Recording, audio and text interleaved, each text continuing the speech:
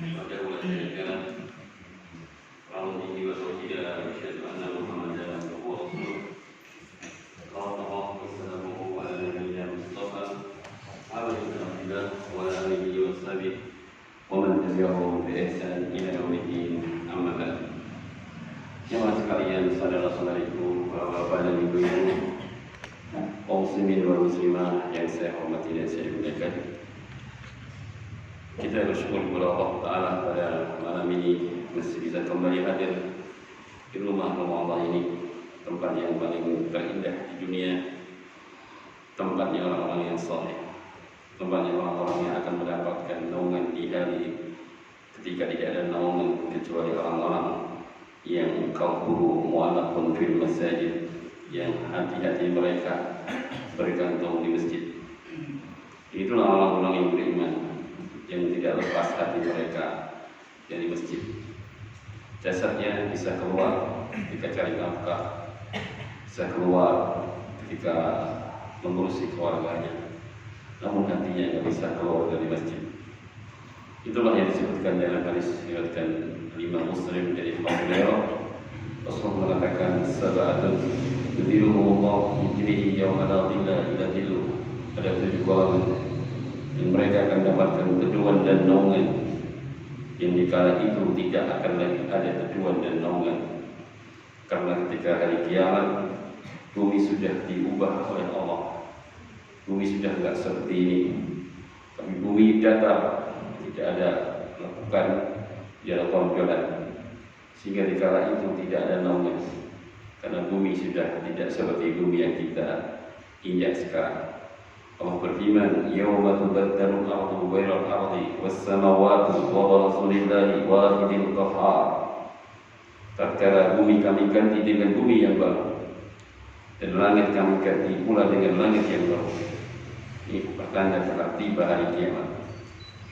Dan tatkala itu orang-orang yang mendapatkan naungan disebutkan dalam hadis, di antaranya adalah rajulun qalbuhu mu'allaqun bil masajid, laki-laki yang hatinya terpatri dan tergantung dengan masjid. Alhamdulillah, Rasulullah mengatakan laki-laki yang jasadnya bergantung di masjid karena itu berat. Tapi Nabi katakan qalbuhu, hatinya nggak bisa lepas. Jasadnya bisa lepas kalau manusia punya kerjaan, punya amalan, yang tanggung jawab kepada dirinya, kepada keluarganya, kepada masyarakatnya, namun hatinya nggak bisa lepas darinya. Karena Bapak Ibu yang saya muliakan, kalau kita semua hati kita senang dengan masjid, selalu rindu dengan masjid, itu insya Allah termasuk orang-orang yang disebut dalam hadis ini. Semoga kita semua termasuk orang yang demikian, Bapak Ibu. Hati kita selalu senang dengan masjid. Apabila diseru panggilan-panggilan salat, diseru panggilan-panggilan ilmu dan yang lainnya, hatinya nggak bisa lari darinya, akan mendatangi tempat hati-hati mereka bergantung. Itulah orang yang insya Allah Ta'ala akan mendapatkan teduhan di hari kiamat. Jemaah yang berbahagia, ini mungkin pertemuan kita terakhir di bulan Syaban, karena sebentar lagi kita akan berlomba-lomba dalam kebaikan, melaksanakan olimpiade kita di bulan Ramadan, bulan yang disebutkan oleh hadis Nabi SAW, "Ja'akum Ramadan syahrul mubarak." Telah datang kepada kalian bulan Ramadan, syahrul mubarak, ya, bulan keberkahan. Ini yang kurang dihayati oleh kebanyakan manusia. Bulan Ramadan itu bulan keberkahan. Apa makna berkah? Berkah maknanya adalah thubutu kasratil khair, tetapnya kebaikan yang banyak. Jadi kebaikannya tetap dan banyak, nggak bisa berkurang. Semakin mau menjelang hatinya, semakin tambah berkahnya. Ini untuk mengantisipasi saudara-saudara kita yang kalau sudah pertengahan mulai meninggalkan masjid, dikira oleh mereka, ya, ketika sudah hampir habis itu dikira keberkahannya melemah, ya, dikira. Ini ketidaktahuan mereka yang harus kita kabarkan bahwa Ramadan itu karena Nabi Syahrul Mubarak, bulan yang penuh dengan keberkahan, yang keberkahannya nggak akan bisa berkurang. Yaitu subuh kasratil khair, tetapnya kebaikan yang banyak dan terus banyak, semakin mendekat habisnya semakin banyak, ya. Sampai-sampai Aisyah berkata, "Kana Rasulullah sallallahu alaihi wasallam idza dakhala al-'asr ahya al-laila wa ayqadha ahlahu wa wajjada wa syada mi'zarahu." Adalah Nabi Muhammad sallallahu alaihi wasallam ketika sudah masuk 10 terakhir Ramadan, ahya al-laila, beliau hidupkan malam. Ya, ini sudah mulai beda lagi amaliyah di awal dan di akhir. Kata Aisyah, beliau mulai masuk 10, beliau hidupkan malam. Wa iqadha ahlah, beliau bangunkan keluarganya dan beliau kencangkan ikat pinggangnya. Ini menunjukkan dalil yang sangat jelas, semakin mau habis Ramadan justru semakin keberkahannya berlipat-lipat. Ini untuk mengingatkan saudara-saudara kita yang hanya semangat di awal-awal. Ya, di sini penuh Pak ya. Kalau Ramadan kan awal-awal saja, pertengahan masih penuh. Insyaallah bagus sekali ya. Berkah Allah. Iya, itu ya. Jadi Syahrul Mubarak ini kita harus ketahui bulan Ramadan demikian mulia. Cuma karena sudah kita bahas kemarin tentang Ramadan dan fikihnya, saya akan membahas fikih tarawih ya pada malam ini. Mungkin secara global saja, mudah-mudahan bisa menjadi ilmu bagi kita walaupun kita sudah mengetahui, tapi namanya ilmu itu semakin berulang semakin makrifat, semakin kuat dan semakin kokoh di hati seorang muslim. Ketika ilmu itu diulang-ulang, akhirnya menjadi maklumat yang kuat di hati-hati kaum muslimin. Fikih tarawih pada malam ini kita kaji. Di antara keutamaan sholat tarawih kita harus ketahui dulu supaya kita ngerti, kita tarawih itu di antara niatnya atau tujuannya adalah keutamaannya kita mengetahui bahwa sholat tarawih itu sholat yang menggugurkan dosa-dosa kita. Rasulullah mengatakan man qama Ramadhana imanan wa ihtisaban, man qama Ramadhana imanan wa ihtisaban ghufira lahu ma taqaddama min dhanbi. Barang siapa yang qama berdiri sholat tarawih, berdiri sholat malam di bulan Ramadan, dikatakan tarawih karena disebut sholatnya Ramadan. Berarti qama di sini berdiri sholat tarawih. Disunahkan berjamaah, disunahkan dengan cara berjamaah lebih afdal. Walaupun sendiri juga boleh-boleh saja, tapi ketika ditunaikan dengan jamaah itu lebih afdal. Nah, maka barang siapa yang sholat tarawih di bulan Ramadan dengan dasar iman itu maknanya membenarkan pahala yang dijanjikan. Dia melaksanakan sholat tarawih dengan keyakinan membenarkan pahala yang dijanjikan. Wahtisaban, dia mengharap pahalanya hanya dari Allah, ikhlas. Jadi itu syarat sholat malam atau sholat tarawih yang akan bisa mendatangkan gugurnya dosa-dosa min dambi yang taqaddam, yang telah berlalu. Di sini tidak disebutkan ya setahun yang berlalu, 2 tahun enggak, tapi menyebutkan umum. Ya, ghufira lahu ma taqaddama min dambi, akan diampuni dosa-dosa yang telah lalu. Tidak disebutkan.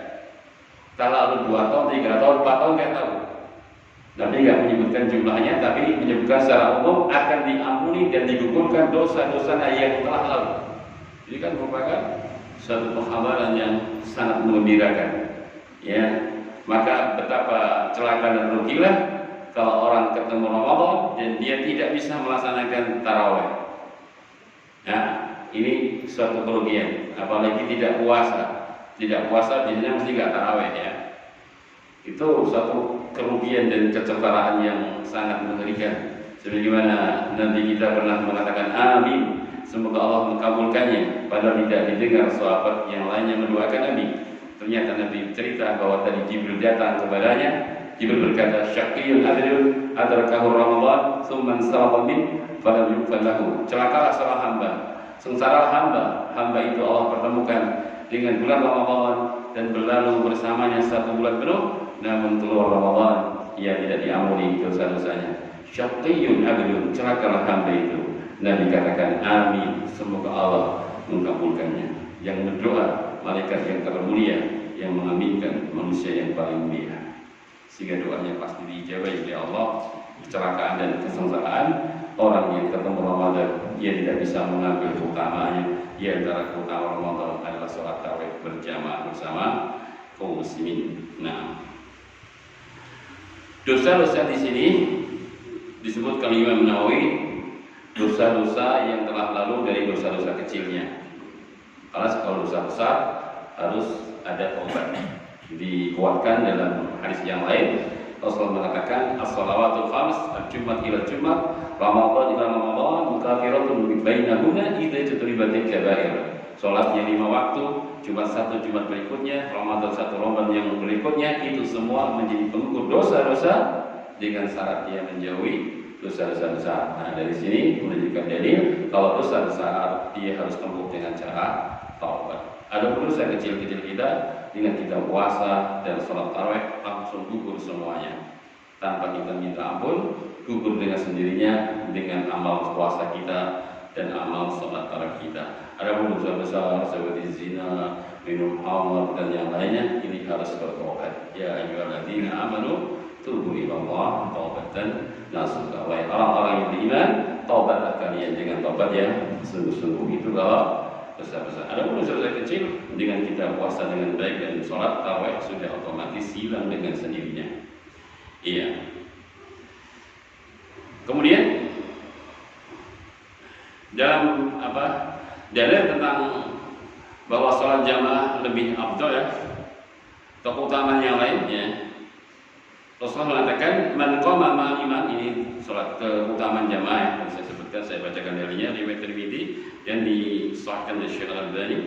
Rasulullah mengatakan man qama ma'al imam, siapa yang berdiri bersama imam rawatib yang mengimami sholat tarawih, hatta yansarifa kutiba lahu qiyamul lailatin, sampai selesai, sampai rampung, bukan itu 2 bulan, 4 bulan bukan, tapi dia sampai muntas, sampai witir bersama imam, kutiba lahu qiyamul lailatin, maka akan dicatat baginya sholat semalam suntuk.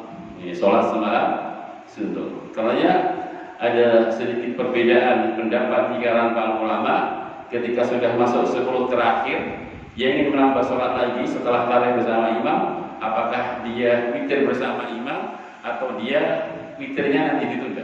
Misalkan dia ingin sholat tarawih bersama imam tapi juga nanti malam mau bangun lagi, mau nambah lagi, karena nanti akan kita jelaskan berapa batasan sholat tarawih nanti insya Allah. Tapi orang ini ingin sholat tarawih lagi. Kalau dia tidak witir, kalau dia ingin sholat lagi berarti kan dia berusaha menutup witirnya nanti di akhir sholat. Nah, kalau begitu dia tidak usah ikut witir bersama imam. Jadi ketika imam witir dia nggak ikut sholat. Tapi tidak witir bersama imam, dia rugi. Ini hadisnya, dia rugi karena kata Nabi apa? Man qama ma'al imam hatta yansarifa, siapa yang ikut sholat bersama imam sampai selesai, kutiba lahu qiyamul lailah, dia akan dicatat sholat semalam suntuk. Nah, berarti dia kehilangan ini. Nah, oleh karenanya sebagian ulama ada yang rincian, kita tetap sholat bersama imam karena kita nggak mau kehilangan ini. Dia witir bersama imam. Ini pendapat yang pertama ya. Tapi ketika imam salam witir terakhir 3, maka dia menambah 1 rakaat lagi, membatalkan witirnya, karena dia sudah menjadi 4, kenapa kan? Berarti witirnya batal juga. Ya, paham? Itu yang pertama ya, pendapat yang pertama, supaya dia tetap dapat sholat nanti, dia nambah bisa witir di akhir sholat. Ya, kalau tidak, dia salam bersama imam. Nanti ketika dia mau sholat lagi, dia sholat 2 rakaat tanpa witir. Atau dia batalkan sendiri. Ya. Tapi lebih tepat dia tidak usah membatalkan sendiri, tapi dia menambah 2 salam sampai sepuasnya.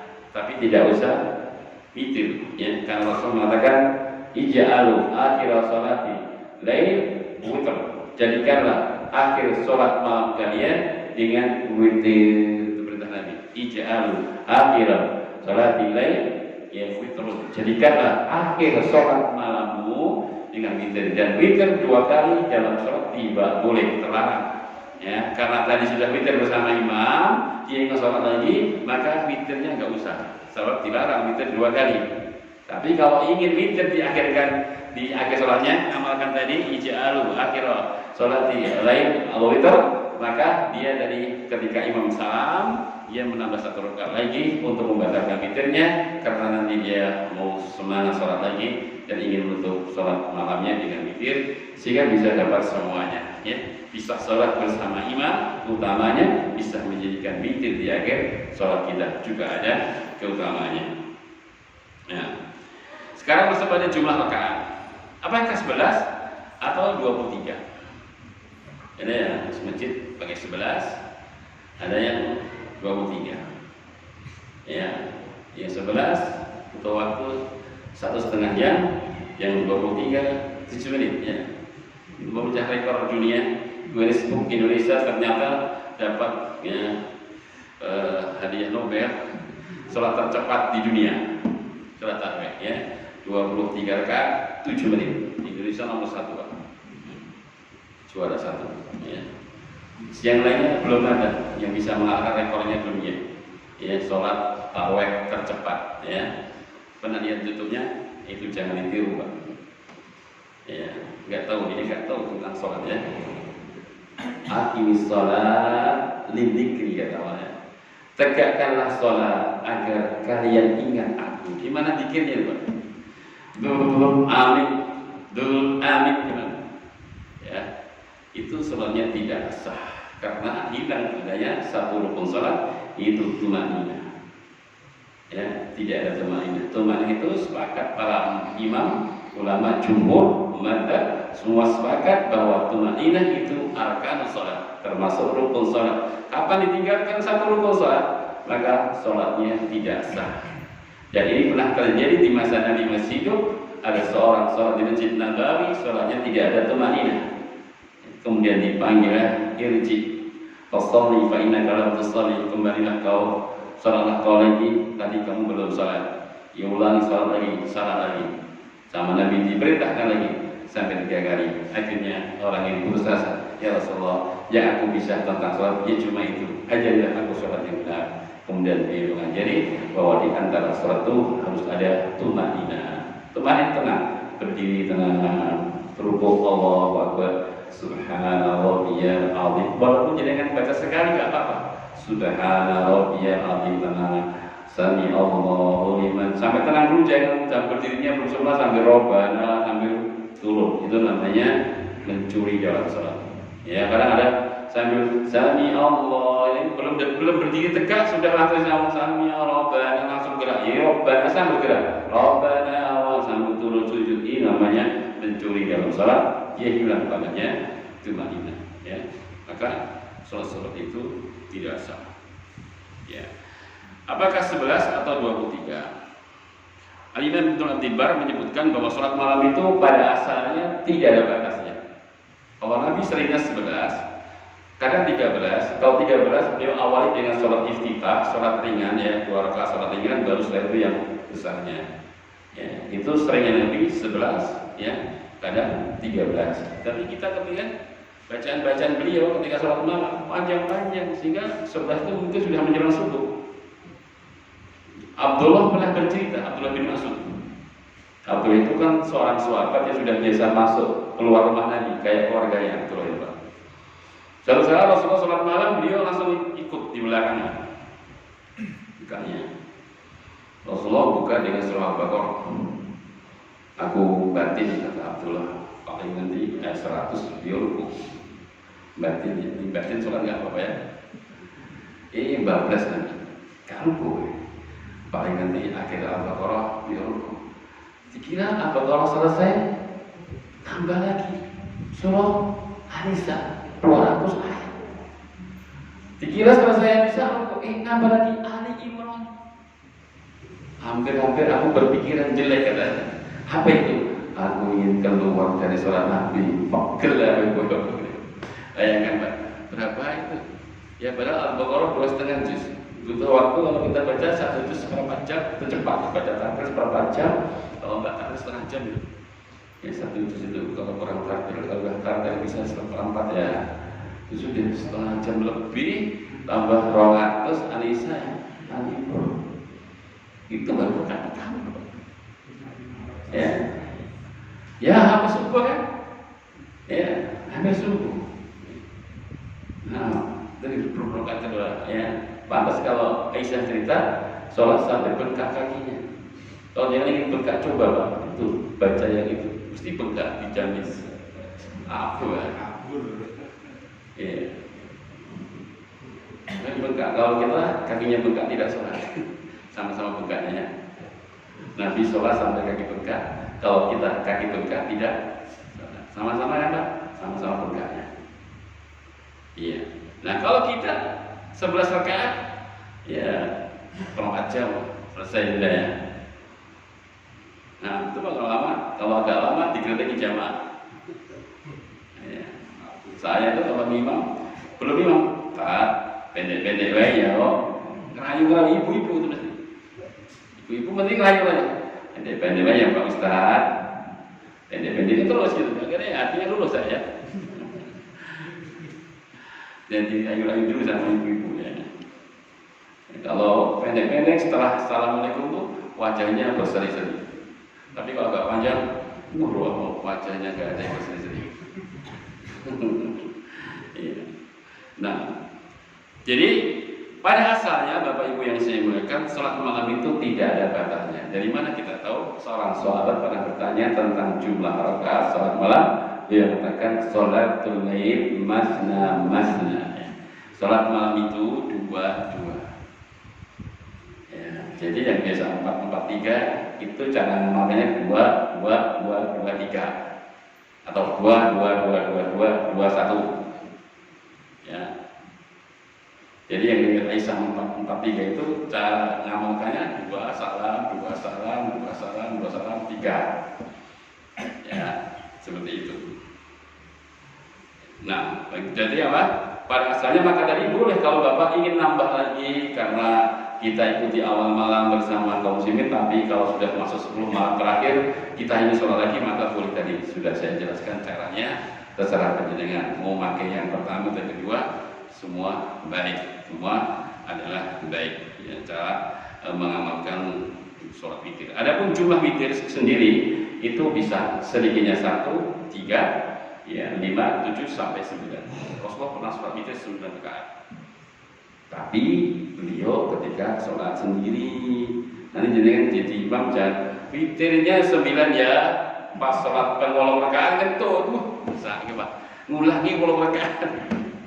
Nah itu kalau sama jamaah ya jangan 9 Pak ya, 3. Nanti kita 9 ya, Rasulullah pernah sholat itu 9 rakaat, ya memang betul. Tapi ketika beliau sendiri, kalau jauh misalkan coba bayangkan Pak, 11 rakaat pas dalam sholat ke-8 misalkan buang angin gimana?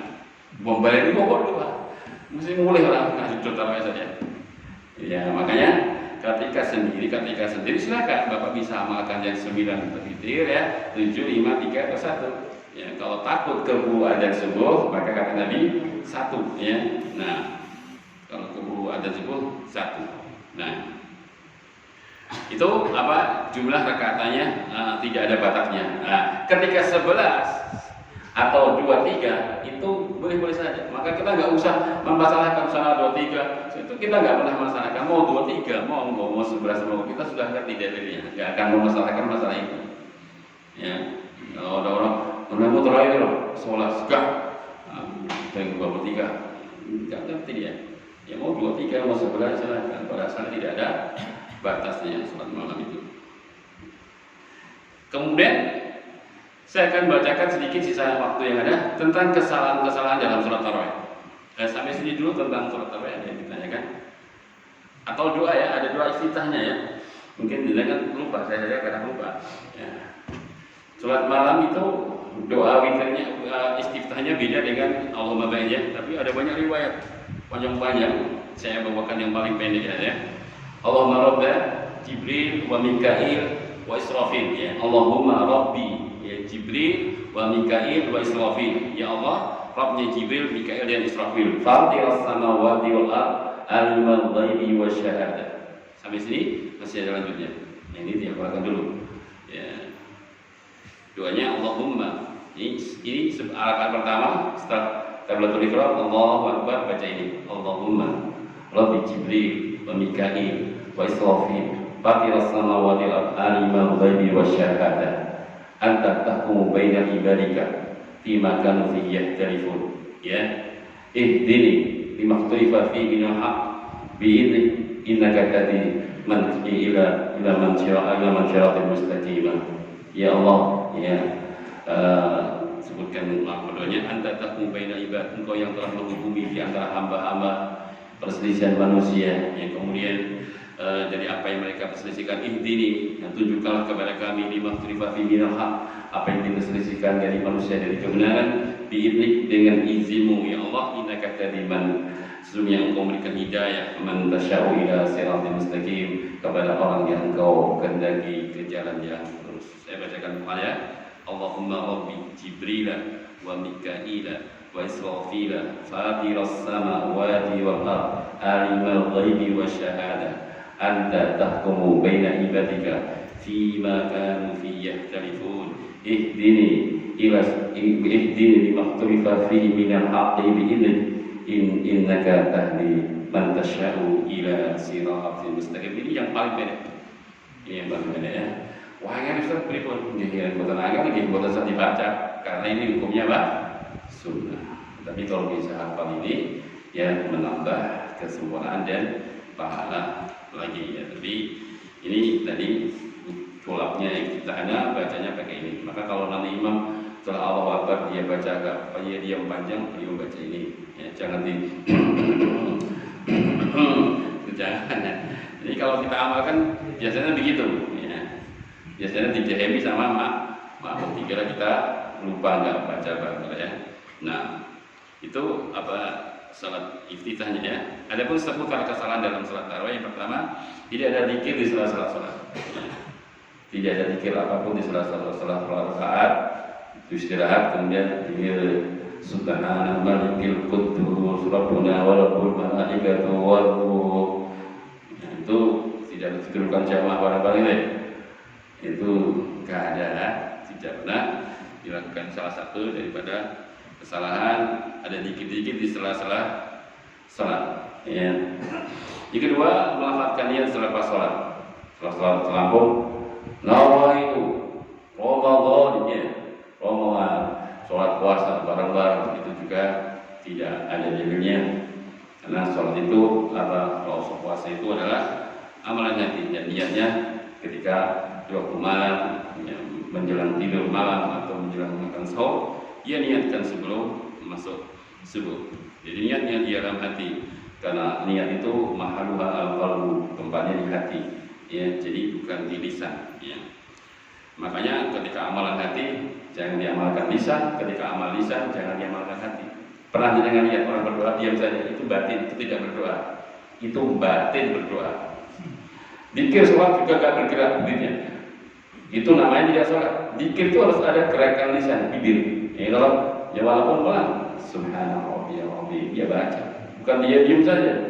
Subhanallah, dia cuma batin subhanallah azim, itu namanya dia gak zikir. Dan zikir itu amalan lisan. Nah harus ada gerakan bibir walaupun sangat pelan.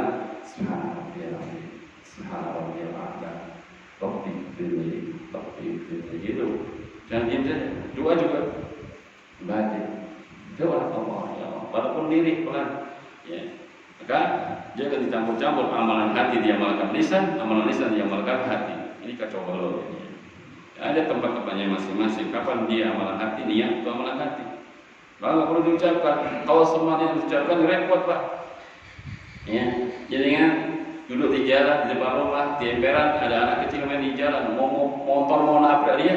Nawa itu saya niat menolong anak dengan nilai sudah masuk rumah sakit ya. Kesuwen kan ya.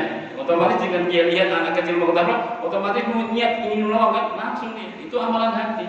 Kalau semua amalan didapatkan memberatkan kita. Makanya Allah nggak kasih beban seperti itu. Niat itu amalannya di hati, pekerjaan hati.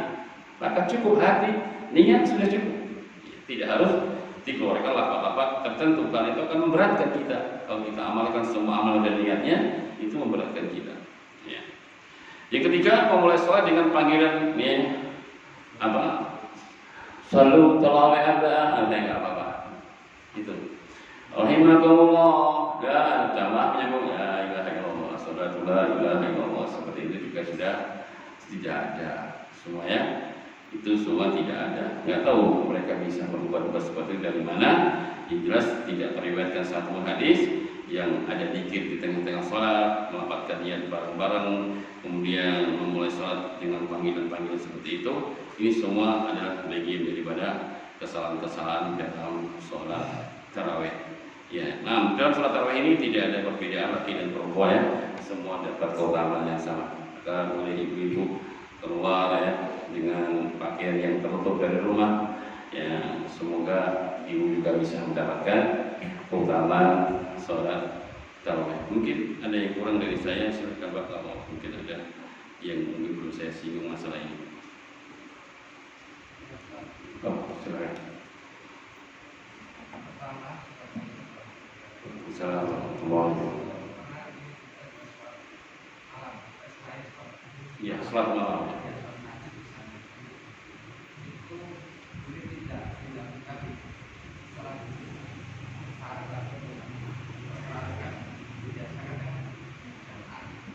Jamaah di rumah, sholat jamaah.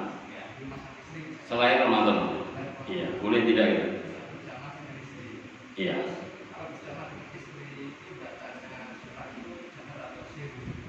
Iya. Nah.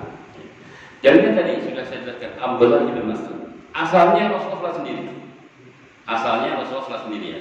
Tapi Abdullah bin Mas'ud juga pernah beliau langsung menggabung dari makmumnya. Nah, dan Rasulullah tidak menyalahkan, tidak melarang. Sampai selesai kan? Terus yang kedua, dalilnya dijaharkan. Dalilnya apa? Abdullah mendengar bacaan Al-Baqarah ini. Al-Baqarah, beliau membuka dengan Al-Baqarah. Saya kira 100 ruko ya, tambah lagi sampai selesai. Saya kira 10 ruko, tambah lagi Anisa. Saya kira selesai Anisa ruko, tambah Ali Imran. Nah, di situ menunjukkan Abdullah mendengar. Jadi bacaannya tercahar. Dalil pertama, dalil kedua, Rasulullah pernah jalan-jalan keluar waktu malam, lewat di rumahnya Abu Bakar. Beliau mendengar Abu Bakar sholat malam dengan bacaan agak lirik, tapi ketika dari luar. Tapi agak lirik karena Abu Bakar itu orangnya lemah lembut. Kemudian beliau jalan lagi lewat di rumah menggelegar suaranya, suaranya melenggang, bacaan malam. Ya, nah, setelah paginya ketemu Abu Bakar, tadi malam saya lewat rumahmu, kau sedang sholat malam, bacaanmu irfa sautat, angkat dikit ya, agak keras dikit. Ya Umar, terlalu banter ini, turunin sedikit. Ya Umar, kata Umar, ya Rasulullah, saya yang sengaja saya bantukan Rasulullah, biar orang akan didengar, biar pada bangun malam semua. Gitu. Nah, dari ini ya, bahwa sholat malam walaupun di rumah sendiri dijaharkan. Ya, tetangganya dengar boleh nggak? Boleh. Tadi dalilnya. Iya Bu.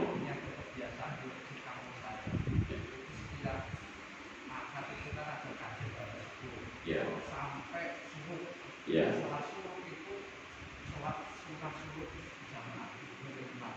Sholat subuhnya sendiri-sendiri. Sholat ada dalil tapi sendiri-sendiri. Maka fil jamaah, siapa yang datang berpagi-pagi sholat jamaah, ya, masalah kemudian dia duduk, ya dzakar Allah, ya ingat kepada Allah Subhanahu wa taala, hatta talu asyamsu, sampai zikir sampai matahari turun, ya, kemudian tsumma shalat rakaatain, kemudian dia salat 2 rakaat, maka dia dihitung seperti ibadah umrah atau haji, tam sempurna dan sempurna. Salatnya sendiri-sendiri. Iya, tidak ada riwayat, sendiri-sendiri. Saya bahkan pernah langsung sama Syekh sholat bersama. Maksudnya enggak sholatnya enggak bersama waktu kali daurah Mas Syekh di Pindan. Syekhnya kan pada subuh ada pengajian. Setelah waktu subuh Syekhnya menghentikan sebentar. Ini waktu subuh, kita sholat dulu. Sendiri-sendiri semua, enggak imamnya jadi Syekh enggak imam. Sendiri-sendiri semua. Saya langsung dengan Syekhnya waktu daurah ketika waktu subuh Syekh menghentikan pengajian, ingatkan kepada jamaah ini waktu subuh kita sholat dulu. Semua sholat tapi sendiri. Memang lafaznya tsumma yusolli rakaatain, kemudian dia sholat 2 rakaat. Ya. Maka keajri hajan taman, maka pahalanya seperti haji, sempurna dan sempurna. Yang jamaah itu ditanya saja dalilnya. Yang jamaah itu ditanya saja dalilnya. Kok bisa melakukan seperti? Oh iya. Iya nggak apa-apa. Siapapun nggak masalah. Kalau sudah masalah ibadah, tanya aja dalilnya. Karena kita itu beramal dengan dalil. Agama itu wahyu dari Allah dan Rasulnya, bukan bikinan manusia. Kalau kamu mengamalkan amalan, tanya dalilnya. Kalau ada wahyunya, itulah kita amalkan. Kalau enggak, agama bukan bikinan kita. Tapi agama itu wahyu yang terwahyukan. Makanya tidak boleh kita mengatakan agama yang bukan agama, yang Allah dan Rasulnya bukan katakan agama. Walaupun itu baik. Ya. Demikian jamaah, mudah-mudahan sedikit ini bermanfaat bagi kita semua untuk menghadapi Ramadan besok. Dan selamat menjalankan Ramadan, jaga kesehatan baik-baik ya, supaya bisa mumtaz sampai selesai, supaya kita bisa keluar nanti bersih dari dosa-dosa sebagaimana kita dilahirkan dari perilaku kita. Nah, demikian barakallahu fikum. Subhanallahumma wa bihamdihi asyhadu an la ilaha illa anta astaghfiruka wa atubu ilaik. Assalamualaikum warahmatullahi wabarakatuh.